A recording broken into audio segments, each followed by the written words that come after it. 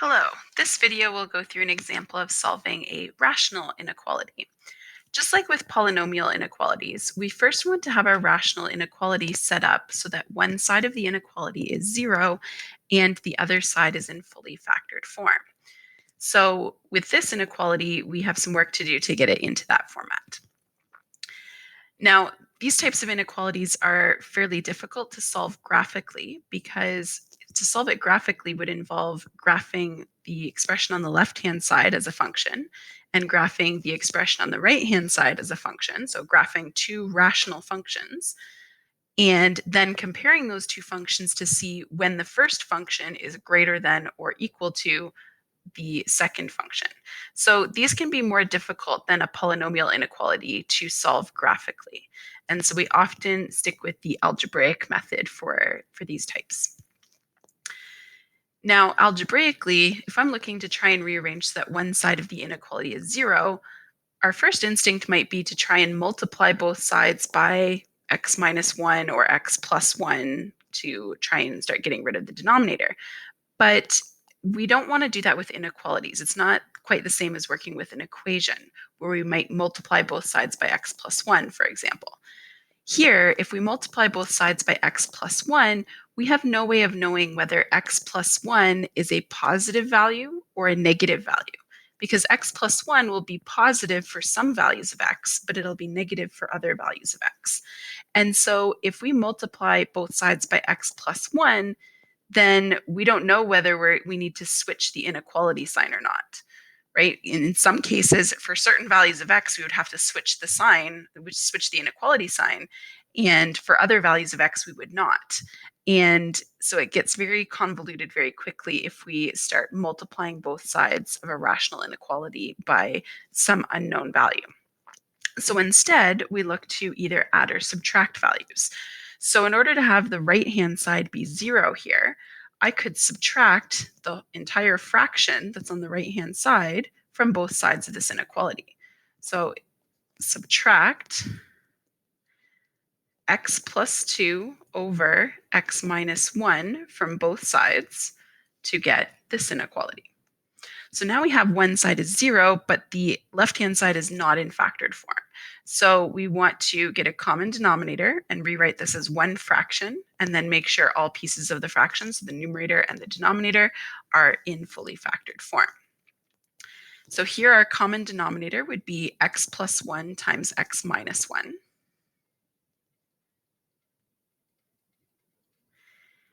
And in order to rewrite that first fraction, so it has that denominator, I would have to multiply the first fraction by x minus 1 in the numerator and denominator. So the numerator would be x times x minus 1. And the second fraction, in order to get this new denominator, I would have to multiply numerator and denominator by x plus 1. So I would have x plus 2 times x plus 1. Okay, so now it's all written as one fraction. The denominator is already in factored form, so I can leave that, but the numerator is not in factored form. So we first want to expand this and then refactor everything. So if we expand, we get x times x is x squared, x times negative 1 is negative x, and then minus x times x is x squared, x times 1 is 1x, 2 times x is 2x, and 2 times 1 is 2.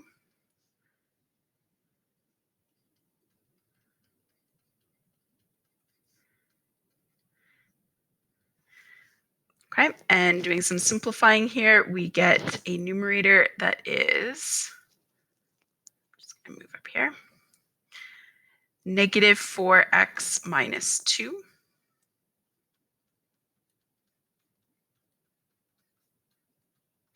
And here we have a common factor in the numerator, so we can take out a common factor of negative 2, and we're left with 2x plus 1 all over x plus 1 times x minus 1. So now both the numerator and the denominator are in fully factored form. Okay, so now we're going to proceed as we did with the polynomial inequality. So we've got one side is 0, the other side is in fully factored form. We're going to define a function for this left-hand side. So we're going to say let f of x be this function, -2 times 2x plus 1 over x plus 1 times x minus 1. Now, this isn't as simple as graphing a polynomial function. This function would have zeros to consider as well as vertical asymptotes. And so both the zeros and the vertical asymptotes, those locations would potentially change whether the function is positive or negative, right? On one side of a zero, or on one side of an x-intercept, the function could be negative and then the function's positive on the other side. Or on one side of a vertical asymptote, the function could be negative and then positive on the other side. So zeros and vertical asymptotes are what we want to use to break up the intervals that we use when we fill in that interval table. So we're going to start by solving for both the zeros and the vertical asymptotes. So if we solve for the zeros here, I'm just going to rewrite the function. So we've got f of x is equal to -2 times 2x plus 1 over x plus 1 times x minus 1. If we solve for the zeros, we would set f of x equal to 0 to get this equation. And now that this is an equation, we can do things like multiply both sides of the equation by x plus 1 or x minus 1. So if we multiply both sides of the equation by x plus 1 times x minus 1, we get 0 equals -2 times 2x plus 1. Divide both sides by -2, so 0 equals 2x plus 1. Subtract 1 from both sides, and divide both sides by 2. We get x is a half is the x-intercept that's on this function. Okay, then we solve for vertical asymptotes. And vertical asymptotes would happen at the restrictions of this function. So which values of x would not be able to be used in this function? Well, it would be values of x that would make the denominator equal to 0. So to find the locations of the vertical asymptotes, we set the denominator equal to 0. So we have 0 equals x plus 1 times x minus 1. So either x plus 1 has to be 0 or x minus 1 is 0. And so we get either x is -1 or x is +1. So we've got 2 vertical asymptotes and 1 0. And those are the locations that will split up where the positive and negative intervals happen on this function and help us to solve the original inequality. Okay, so I'm just going to rewrite a couple of things. We're going to rewrite the function that we're working with.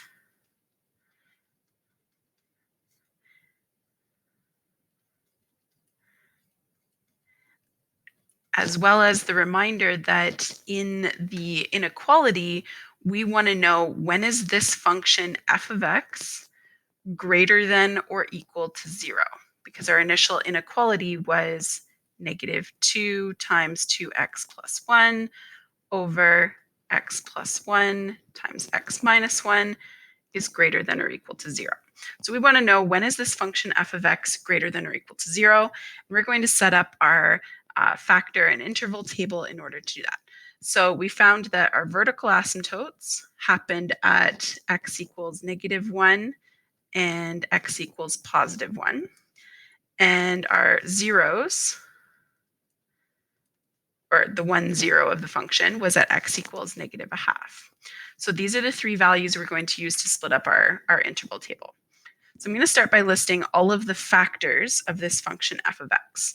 So in the numerator, we have the factors -2 and 2x plus 1.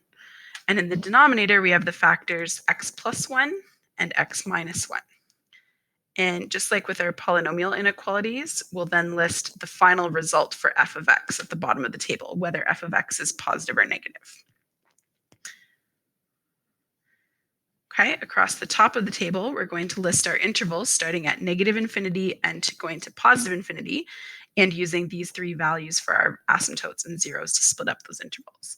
So The lowest value out of these three is -1. So our first interval will start from negative infinity and go up to -1. Then we're going to go from -1 to the next value that's going to split up positive and negative intervals, which would be -0.5. Okay, and then from -0.5 to +1, which is the other vertical asymptote. And then finally from +1 to infinity. Okay, and we're going to pick a test value in each of these intervals and determine whether each of these factors is positive or negative, and use that to figure out if our whole function f of x is positive or negative in that interval. So starting with the factor -2, well, -2 does not depend on x at all, and so it doesn't matter what test value we pick, -2 is always a negative value. So we can put negatives across that entire row. We want to make sure that we include it in our table here so we don't forget that the numerator is always being multiplied by that negative value of -2, because that's going to impact our final sign for f of x, whether it's positive or negative. Okay, so our first interval, -infinity to -1, we can pick the value -2. And if we pick the test value of -2, we find that 2 times -2 is -4, plus 1 is a negative value. -2 plus 1 is a negative value, and -2 minus 1 is a negative value. So overall, for the function f of x, we would have a negative times a negative in the numerator, and a negative times a negative in the denominator. So that results in a positive divided by a positive, which gives us a positive result. In this next interval, from -1 to -0.5, well, that's a fairly small interval, so we're limited with what we can pick as a test value. But we could pick, let's say, -3/4 would be within that interval.